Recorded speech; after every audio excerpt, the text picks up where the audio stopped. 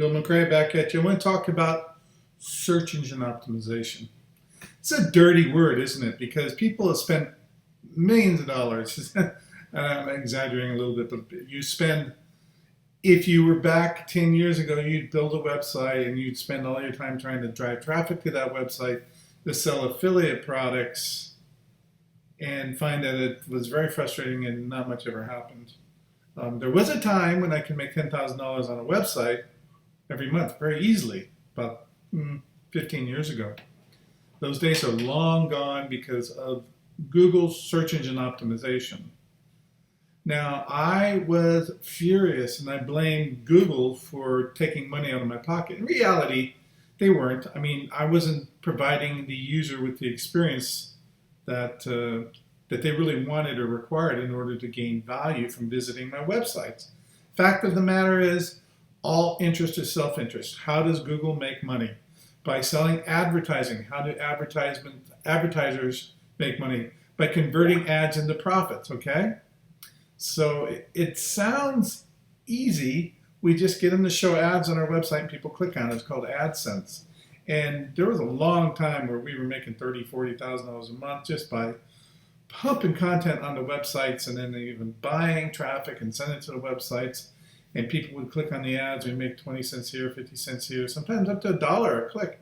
And it was great, and we were able to go off and have a good time while we were making money because everything was automated. None of the content was wealthy. Nobody was buying anything when they clicked on this traffic, on these ads, because they weren't really interested. And so Google probably had a lot of upset advertisers that weren't making anything from their ads, and that ad revenue is where they make their money.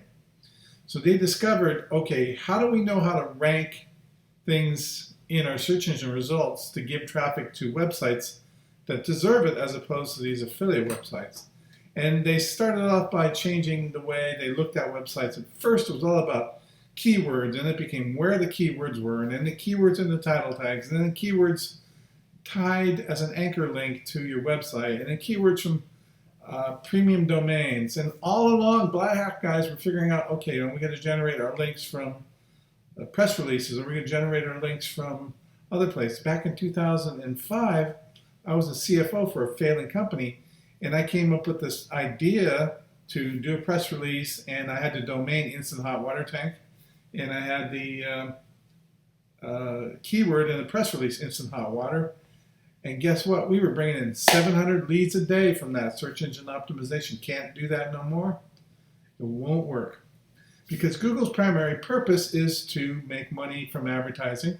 And the way they make money from advertising is by providing a good experience to the advertisers. All interest is self-interest. Keep that in mind.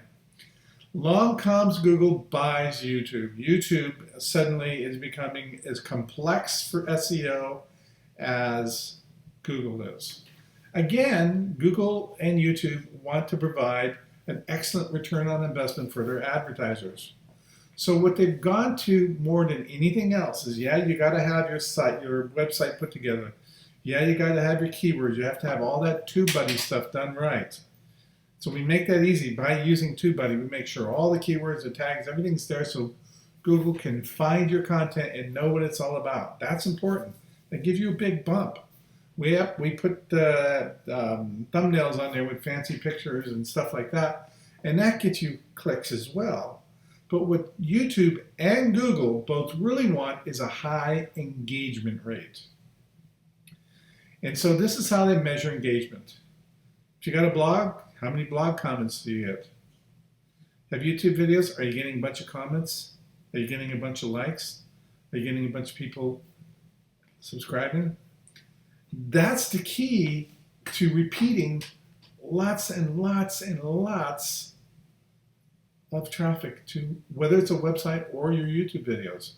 The engagement rate, it's so important. Now, how do you create better engagement?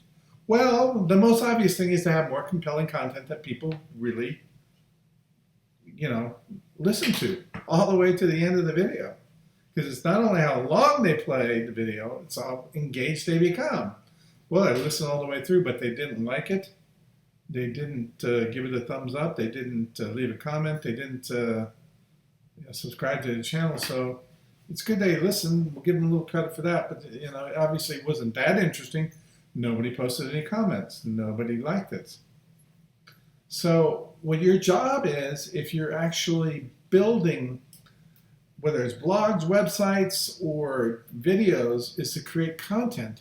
First and foremost, content that's incredibly engaging that people like. They want to ask questions. They want to become a subscriber. They want to do these things. It's not easy to do, but it isn't hard. It just requires a conscious effort to think about what content I'm going to do, what keywords am I going to go after, what's my audience like, and how do I find that audience and then attract it. Whether it's SEO for your website or SEO for YouTube, it really is no difference. Just the tools that you use to make sure that you give YouTube or Google what they want to have changed. Now, I use Webfire SEO for website stuff, and I use YouTube TubeBuddy. TubeBuddy is very inexpensive for my videos. But I'm building channels, brand new channels. I'm not actually optimizing high-end channels that have big results. So you want to do everything right in terms of the search engine optimization stuff with TubeBuddy and all that, and with Webfire and your websites, even your videos.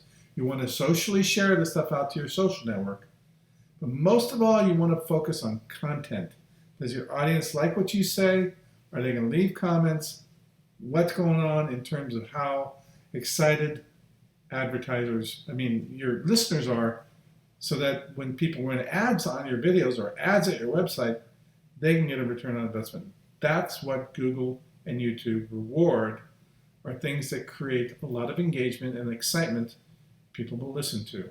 If you focus on your content in that way, instead of making it some sublime little video that doesn't really teach anything to anybody, you're going to get much better results than just creating a video or a web page that's a copy of someone else's.